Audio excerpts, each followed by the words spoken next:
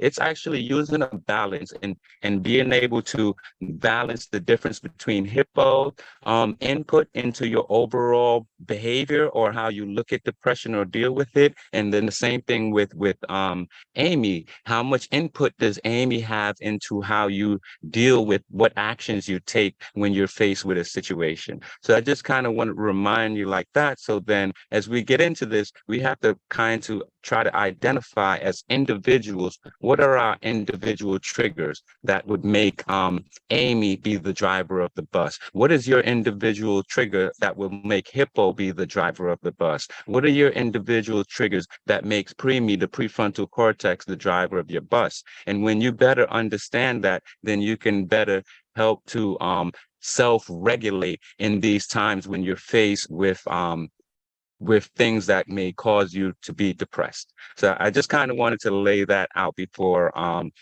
actually then got into the actual agenda of what we're talking about. So does anyone have any questions before I go on from what I just said? Thank you, Dr. Russ. I just want to add the fact that this backpack, why we want to unpack it, it can be heavy. And when this backpack is heavy, it puts a lot of weight on other processes of the body, which can also end up with physical, emotional, and even digestive problems. So I just thought I would add on to that. Yes, go ahead with your question. Empress? Yes, I was just asking, what was that first part of the brain? Do you call it prefrontal cortex or precortex?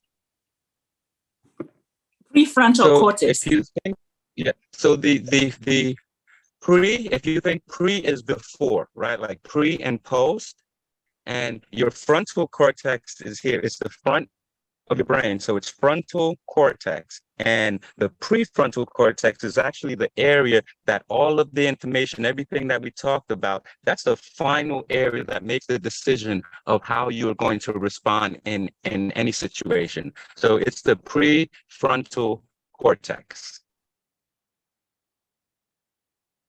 Thank you. No problem. Nikisha? Any other question? Nikisha has a mic open. Go ahead, Nikisha. Okay. Let's move forward. Okay. So when we're unpacking, right? Unpacking this for depression, we have to think about what we call emotional intelligence. Have you guys heard of emotional intelligence and what that means? You can, I guess, put your hand up. I don't know if anyone wants to speak, but the two things here is emotional intelligence and emotional resilience. And I think those are the two things that we would like to focus on. Why you, Rhonda? Why you? I mean, some people don't know what the hell we say. Why you? Yes, Vihati, you have a question? Oh, he was asking if anyone knows about EI. And yes, I have been reading up on it for quite some time. And it's actually how you deal with things, whether you're going to be emotional or you're going to respond or you're going to react and so on and so forth. Yeah, that's excellent. Oh, sorry, Dr. Stella, go ahead. No, I said that's pretty cool. I was just acknowledging. Thank you. Yeah. I was also going to say. Yes. Yes, I was also going to say emotional intelligence is the way you look at things and you try your best to balance them so that your emotions are not overwhelmed. And if there's an event or overwhelming situation, then you should try to bounce back as soon as possible, other than leaving the problem to linger in your mind for a very long time, because it will disturb you and you'll not be able to do other things. I think it is perfect. Yeah, I think it is also um, a faulty way of thinking. And so it helps us to understand our triggers and the causation, and just to think of we can modify how we look at situations, or we can, write it down that we can probably find a better way to express ourselves and just hold a good balance. That's That's excellent. excellent. You're actually, yes, very, very excellent. You're actually headed right where I'm going. And that's the emotional resilience. And you started to actually give tips on how to handle or how individuals with emotional intelligence handle things. So before we actually get into that, yes, I'll separate. So when we look at a situation, you can handle a situation where you're devoid of emotions and you think about it just logically. So we think of like logical intelligence, and it's something where you're calculating the parameters without having any empathy or any sympathy. So basically, Amy is not involved in the calculation of your interpretation of the situation. And so it's strictly kind of how we imagine a robot would assess a situation, is based straight on logic. So that's logical intelligence. However, emotional intelligence is when you look at the situation and you do take into account empathy. How does someone feel, or sympathy? How do you feel about someone? And so it's a combination of both, which is really the way to go. But what we want to dive into is emotional resilience. And so emotional resilience is actually, how do you handle that emotional intelligence? And just as the speaker just said, what we do is we find tactics, we find coping mechanisms to be able to handle situations, so we're not stuck in this rut or stuck in a cycle of emotional depression, as it were, or feeling a certain way where you feel like you can't handle the situation and you're just stuck in how you feel. So I think emotional resilience is exactly what we're going to go to now and talk about some coping mechanisms for emotional resilience.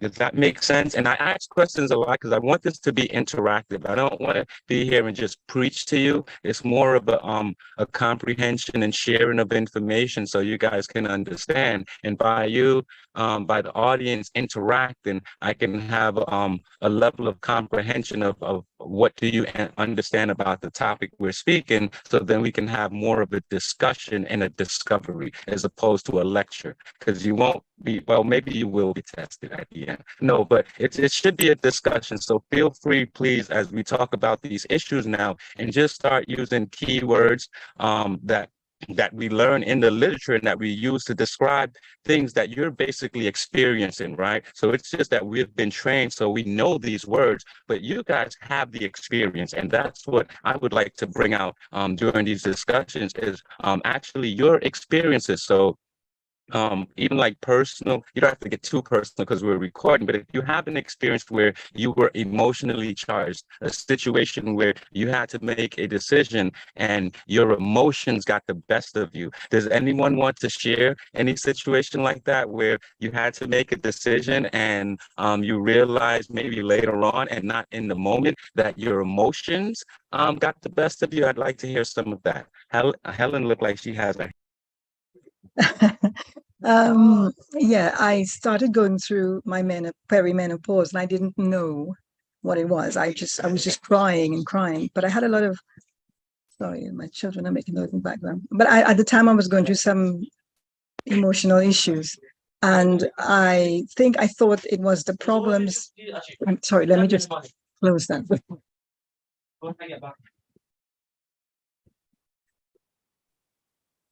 Sorry, teenagers. Yes. So I thought it was the situation that I was dealing with personally that was causing all the problems. But it was really emotionally, it was really bad. So And I went to my doctor. I got into a panic attack, and I knew that wasn't right. I never had a panic attack before. I went to my GP, and they said, well, you are the right age for the menopause thing, but from what you said, you haven't started yet. It could be. They did some blood tests. The blood tests were negative. What happened? I'm an occupational health advisor. So I'm looking after people who are coming to see me. So I can't be in that state because I'm doing reports. I'm actually assessing people who are having issues already. So that was very challenging for me.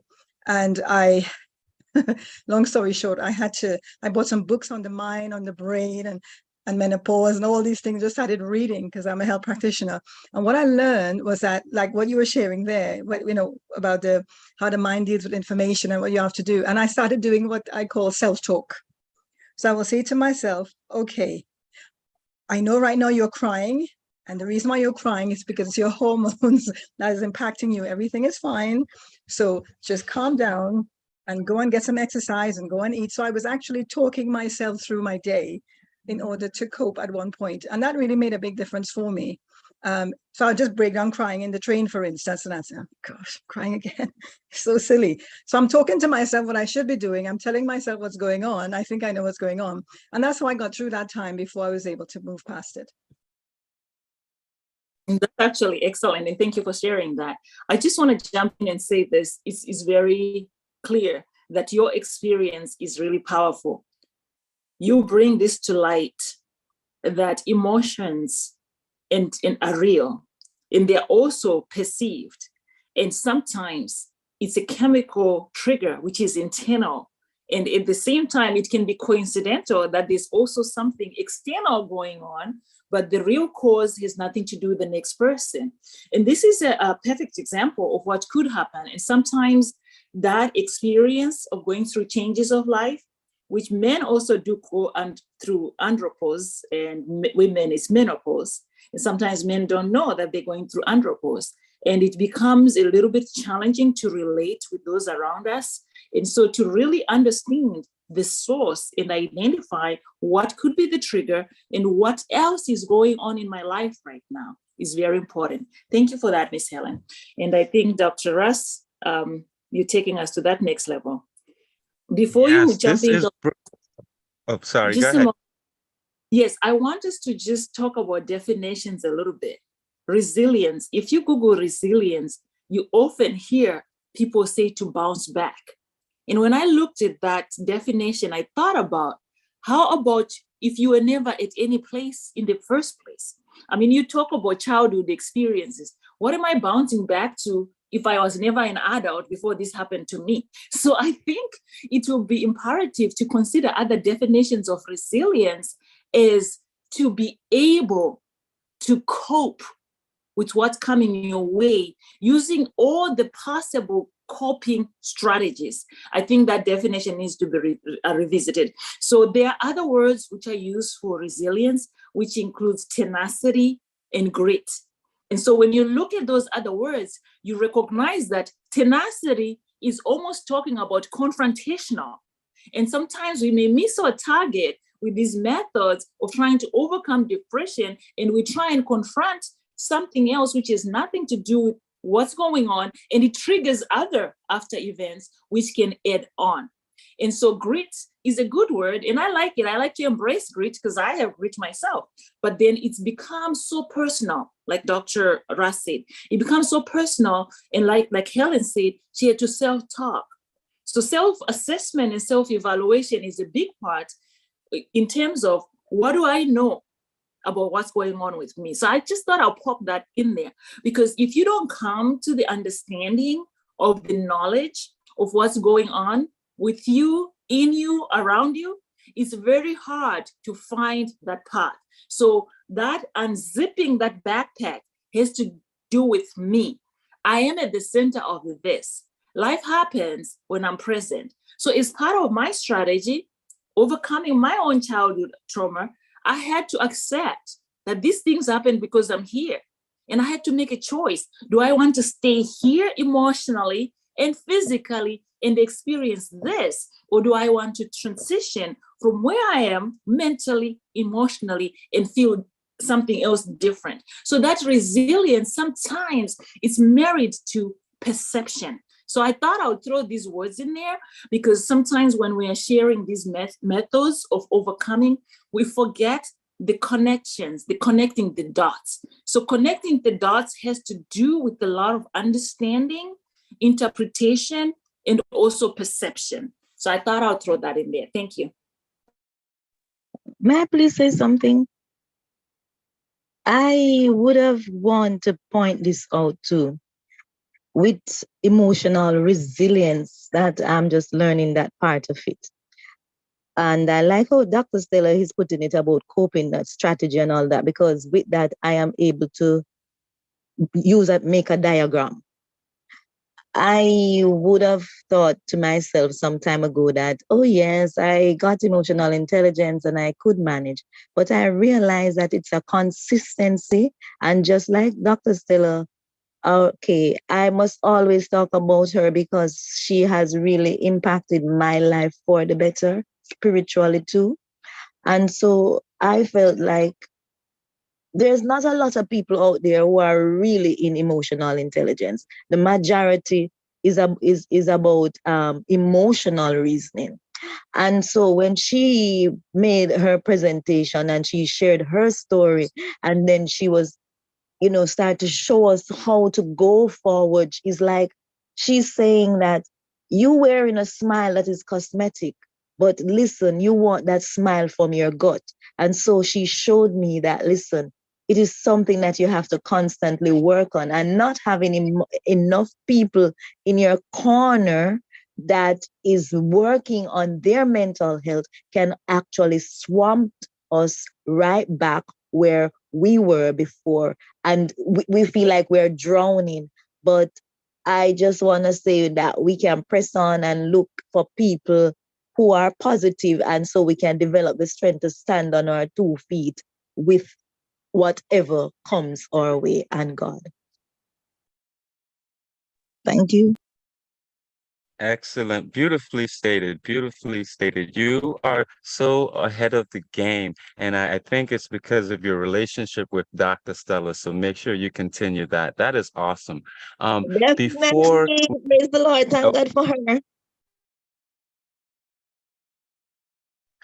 So before we go on, I just kind of wanted to make it clear because there is, and we kind of skipped over the stigma that's associated with depression, right? Because there's something about it where whether it's in society or in your family, even though a lot of people, I would say a majority of everyone goes through it, maybe at different times. We all go through depression, right? It's just at different times and at different intensities or levels. So we have to begin by having conversations like this to remove the stigma around depression. I wanted to make that a point. And then also talk about the contributions. The contributions to depression are threefold. It's your thoughts, your feelings, and your behaviors. So it's a combination of what you think, that logic mind we was talking about, right? It's that feeling, that emotional mind, and it's also your behavior because you judge yourself based on your thoughts, your feelings, and your behavior. And all three of these triangulate to contribute to depression. And so another point I wanted to make was when we talk about the root causes of depression, right? We think about past experiences and we might put it on, just as Helen mentioned, she thought it was something else, right? She would rationalize and visual, and what she visualized what the root cause was when she's just thinking about the menopause. And I would take you to, even if you think about postpartum depression, right? That's another thing where it will be displaced what you put the contribution to that depression on. So by understanding your thoughts, your feelings, and your behaviors, you can begin to understand as an individual how these different things are contributing to your personal experience of depression. Dr. Stella, you want to comment on that a bit? Yes. So I want to say that from a biblical point of view, the Bible say, know thyself. Know thyself. And also from a relationship point of view, you are your brother's keeper. So that being said, I'm not here to preach today, but that being said, is some of the triggers which trigger us as individual. Of course, depression has different scales. It can be minor, major, and severe depression. We know that. But some of the triggers which trigger us to build up these emotions, which leads to some of the crises we might face, which is non-clinical at this point, could be we overlook the fact that what we respond to is not necessarily needed to respond to. And I think I've shared in this space before that Charles Swindoll put it very nicely, that 10% is what happens to us and 90% is how we respond to it. So we've done another session in the past where we talked about self-management skills and how to really change your thinking. So with what you're attributing to, I like what I heard here. So far, we can say we've put 2 skills down, Pat. I heard that I take notes and I write and I draw these diagrams. I like that from Vihati. And I heard from Helen say, self-talk helped me. So you have to understand that in as much as we are learners, we learn all these things.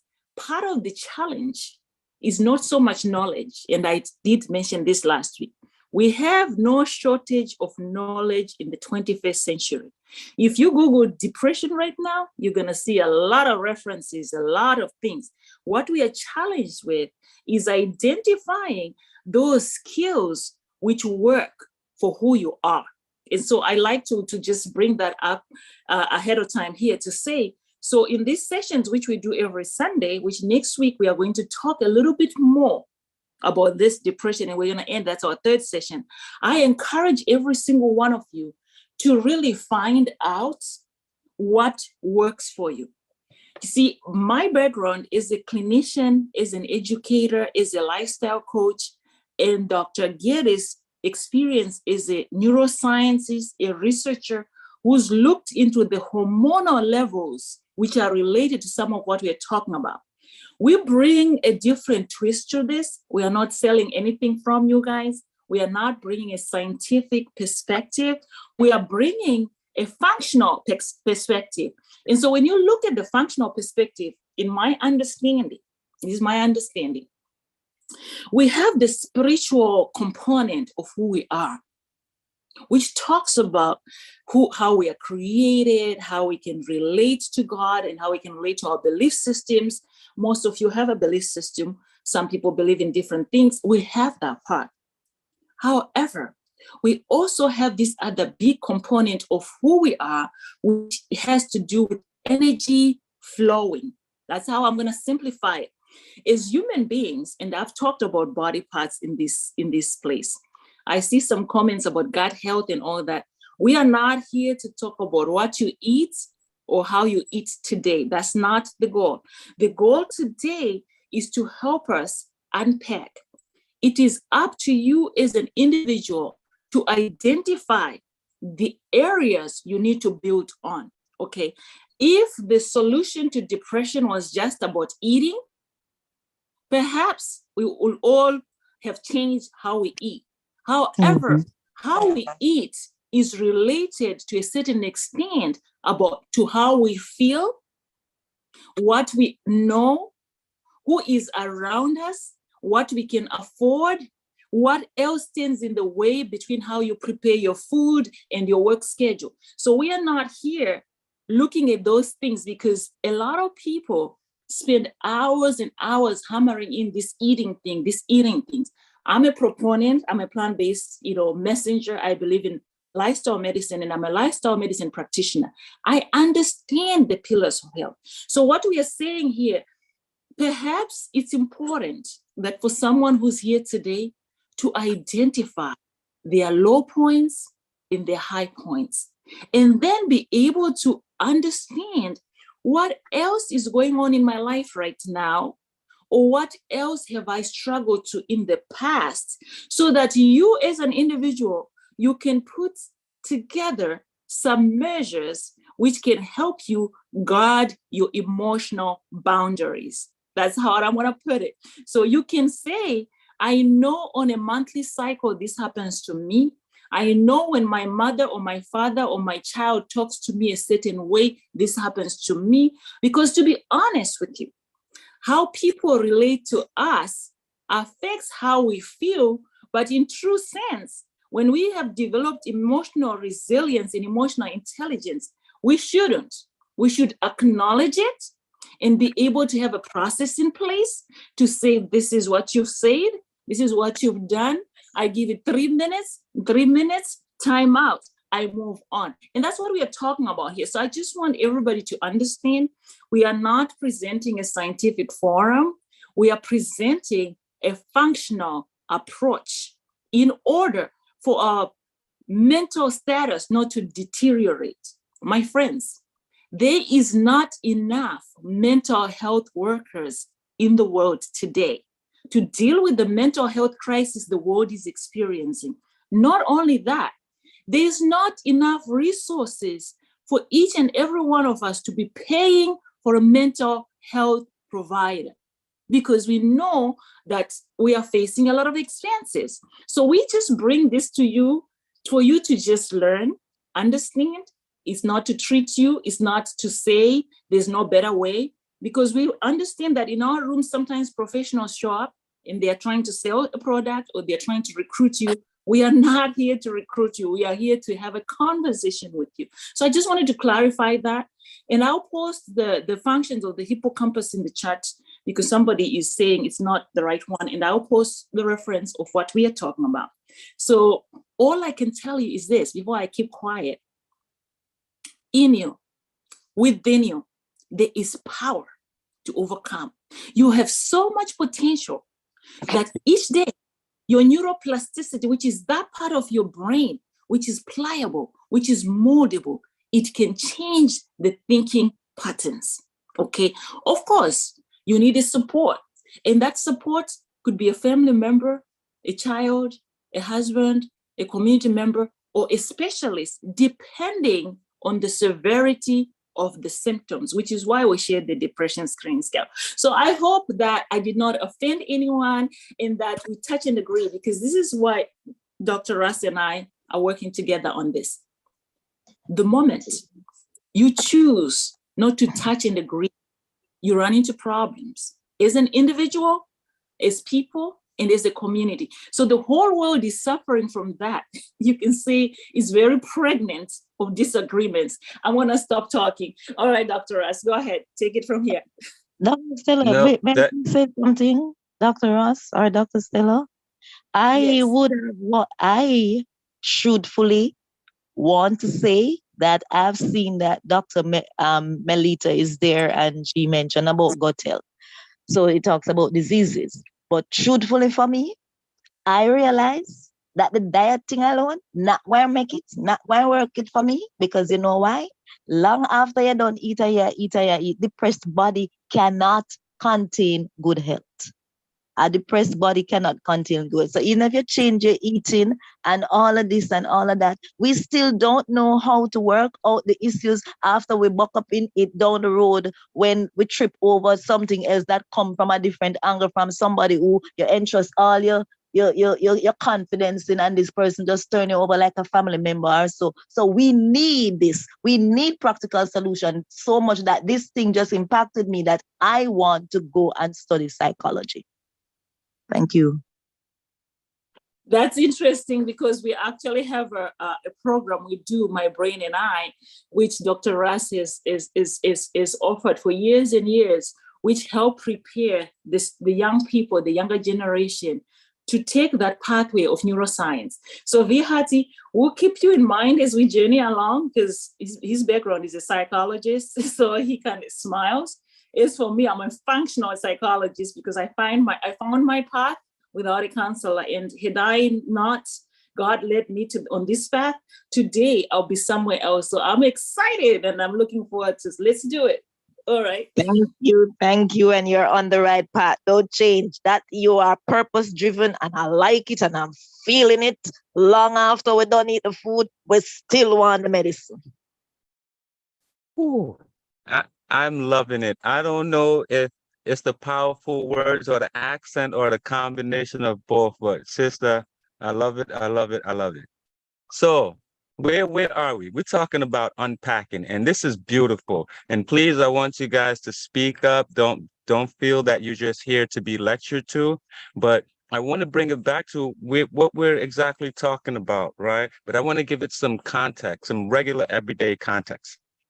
Right, we're talking about unzipping that backpack, and that's just arming yourself with the tools and the coping strategies, coping mechanisms to deal with your depression. Because depression, um, it's a journey, right? And let's think about journey. If you take a trip, when you go to the beach, you pack certain things to go to the beach, right? If you're going on a trail or walk in the mountains, you pack specific things to go on a walk in the mountains. If you're going snowboarding, right? If you're going on a plane versus if you're going on a car ride. So wherever you're going on a journey, you pack specific tools that will help you along that journey. So think of depression as a journey, and you want to make sure you pack those tools. And that's what we're here to talk about. And I want you guys to tell us what tools you have been using. You already said seeking, contacting friends, family members. If there's a professional or someone you trust, right? We talk about mindfulness and how do you think about things, changing your POV or your point of view. All of these are tools in your backpack on your path or your journey through depression. So I want you guys to take off your mics there and speak up. Talk to me about some of the coping mechanisms, some of the things that you have packed in your backpack for your journey through depression, because I'm sure you guys have some of these already, so you can tell me as opposed to me lecturing to you. Anyone? Okay, I'm going first because I'm out of my seat. Actually, I found out that going for a walk is one of the tools that I need to put in my backpack while cleaning out. I have a new backpack, and that's called the coping backpack. So I'm putting in first tool in it, going for a walk. I like that. And I want to Beautiful, expound on that. This is what happens. I like to just take a moment. Look where your head is, right? Your head is upstairs, right? The feet are downstairs. The heart is like closed upstairs, but no quiet. So, and we talked about this, Vihati, you're right on point. And this is very important. Physical activity is one of the antidotes to depression for many reasons. One, when you move, your heart pumps faster. So obviously, if the brain is upstairs, it's going to get more blood flowing to it when you move, right? That makes sense. When you move, the body secretes those chemicals which are called endorphins, the happy pills, which help to brighten your day. And somebody asked last week, what is the best time to exercise? Is it in the morning and in the evening? And I said, you know what? The best time is when you do it, which fits your schedule. But to me, mornings are better. When I can get in a little bit of something in the morning, and it doesn't have to be a mile. It could be just jogging in place, marching in place. The key is you have to get that heart rate up. And I gave you guys the formula, those who've been here before, the 220 minus age and then 60 to 70% range. That's the key. You need to move enough that the heart beats at a moderate pace. This is the benefits of physical activity. So for most of you who are here who say, oh, but I don't have time, just remember, that is a free prescription, physical activity. Even though you don't have like gym membership, you can do jump rope, you can do dancing, you can skip, you can squat, you can jog in place, you can march in sitting position. So it's a good thing. I'm glad we heard that. We're gonna pass the mic to Paul at this point so we can hear. So I heard self-care and physical activity, and I say, yay. Self-care doesn't mean, yes. Yes. Just one thing before you go. I would have to commute from Kingston into St. Catherine. And what I would have done, I got off the bus like about 3 bus stops before. and I slowly walk it home, and it certainly feels good. So who don't have time, that's a way that you can do it. Thank you. As long as it's safe, I don't see why. Yes, Paul, go ahead. We need to hear those male voices. Come on. Thank you. And then we're going to separate into those breakout rooms in a moment. Paul's iPhone. Oh, good afternoon. I apologize. I'm using my husband's phone. But one of the things this platform has been truly a blessing. One of the things that I constantly keep in, a couple of things, exercise has always been a part of my life. And I think that is essential. And also my daily worship time. If I don't have that morning worship, that afternoon and evening, it shifts my whole functionality, how I approach things, how I encounter experiences. But one thing I want to share for me is I have to be in a healthy, functional relationship. So when I'm in conflict with my cognition and my interpretation of something, I have people that I can pick up the phone that are honest. That's not going to take my side, not going to take the other individual side. They're going to help ground me on truth. And most of all, they're going to point me to Jesus and pray with me. I'm a social person. I have to have a conversation. And I am so thankful that when I have those distorted thoughts, that God has put people in my life that were honest, transparent, and say, Jomez, no, this is the way you should go. This is how you should approach it. So thank you. This is beautiful, Dr. Stella. And while some of you guys in the audience, I definitely really would like you guys to speak up. This should be interactive. I'll share two of mine with you. So for me, a nice cold shower when I'm stressed out helps a lot. And there's actually physiological responses to having a cold shower or immersing yourself in cold fluid or cold water that actually stimulates the body as well. And another one is I always wanted to be a musician. So for me, when I'm depressed, singing, I just put on some of my favorite songs, and oh boy, I just like rap my butt away to some of my favorite artists for a good half an hour to an hour. And after that, I feel so euphoric. And, I just take my problems for the day and I just go into this mode where I feel like I'm in the studio and I'm just going. At the end of that, I am feeling so much better. So, that's one of the things I put in my backpack, singing, taking a cold shower. I like that. I really like that. And I'm going to add the physiological benefits. I'm going to add the physiological benefits of what we just heard. I like to do that because you know what?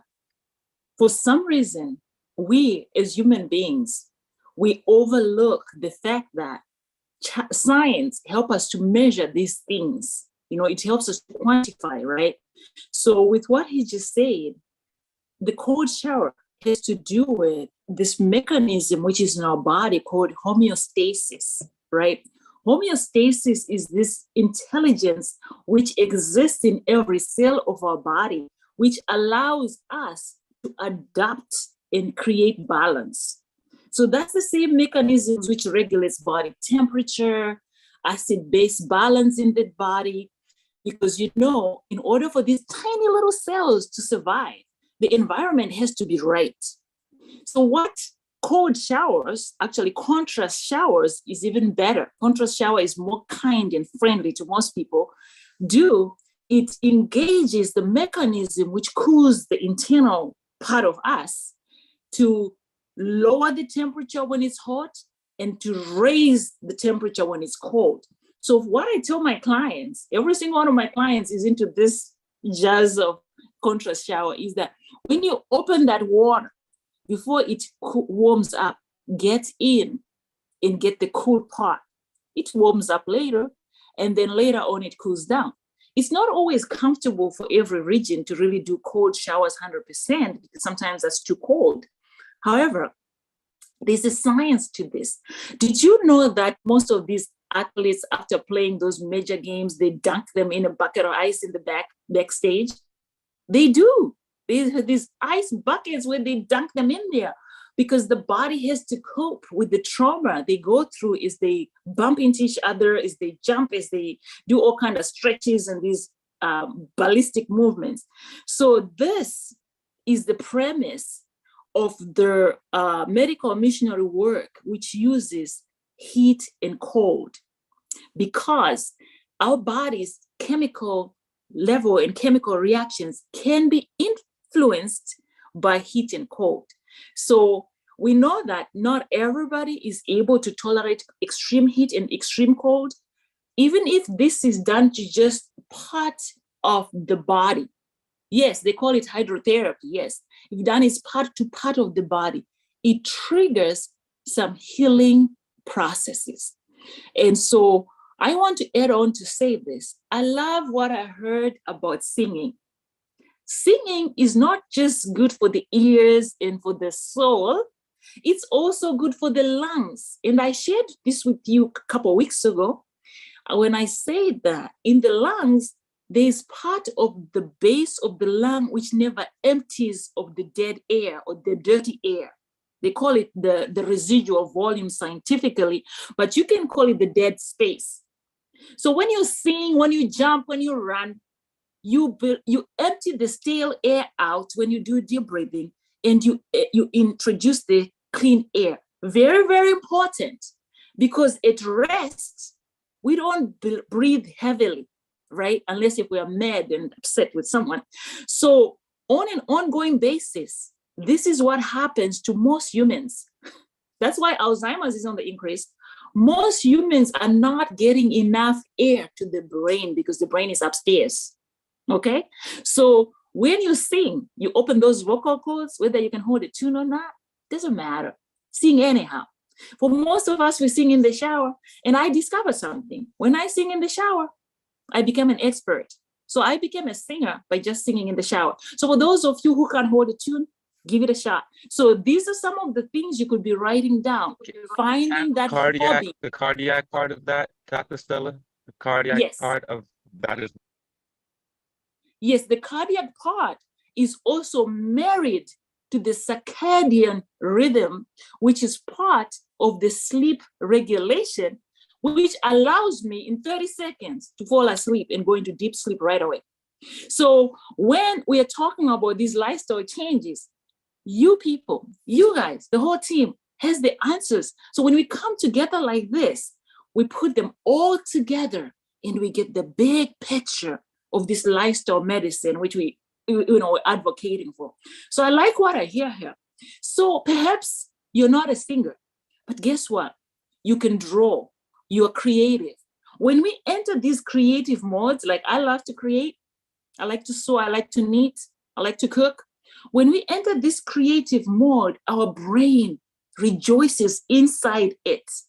And when that happens, it produces these happy chemicals that even the pimples will go away on the skin. That's all I had to say. And I'm going to be hand it over to Dr. Rasia before I, go off to really talk about the spiritual beauty, which I heard from one of the old ladies this week. I said, wait a minute. You've been married to this man since you were 19 and he's 83 and you're 79. Come on. What is your secret? And she said to me, it's called spiritual beauty. And I said, wait a minute. So perhaps that's all what we need. So this spiritual beauty in combination with physical beauty and emotional beauty, if you want to say, is what we are seeking for here. So hopefully as we journey together, you're beginning to just fill up your backpack with the right tools. So I'm going to pass on to Mike to you, Doc.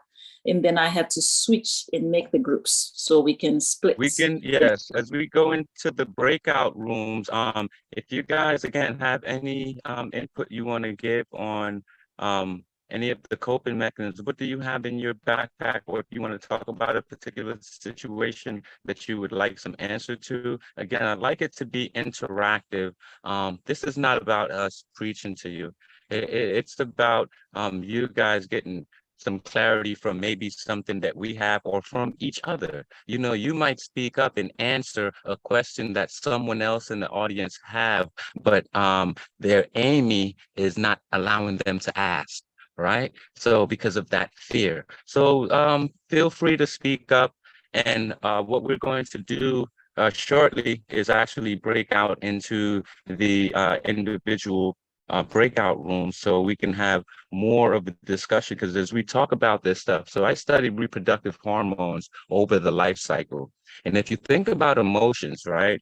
As you think about preteens or even just kids as you grow up, and then preteens to teens, you go through puberty, and then you know, even when you're an adult, you might have a child or you have children, and then later on in life, the later stages, you go through andropause and menopause. All through this cycle, your reproductive hormones, they fluctuate and go through different stages where they're at different levels. And what we know as scientists is what correlates with that is something called neurogenesis, which is the regeneration of new brain tissue. So how does one cell turn into two? How does two turn into four? And this is what you need to repair any damaged brain tissue. And it's also important for that neuroplasticity, the flexibility of the brain. So because if you go through these new life stages, you have to remain flexible. So again, I just want to just show the parallel of what's going on into the brain during development and what's going on in your life as far as we said, triangulate your thoughts, your feelings, and your behavior, because we all have these three things throughout our lives. And so how do we understand on an individual basis how what are the triggers for those things? What are the triggers for your thoughts? What are the triggers for your feelings? What are the triggers for your behaviors? And try to understand yourself more. And that's where this actual mindfulness comes from, understanding yourself. So that's very important. And then as well as meditation, I would add too. Meditation is something very important where you can sit still and you take away all of the external influences. And what you'll notice is there's a lot of activity going on internally as well. So try to get to know what's going on inside of your own mind outside of the external world. And that can only happen if you sit with yourself. I'll add a third piece of that is one thing I like to do being Jamaican is I kick off my shoe and I want to rub my feet in some dirt and grass. I like to touch the earth, not in a concrete or rubber or have, you know, but really connect with the earth because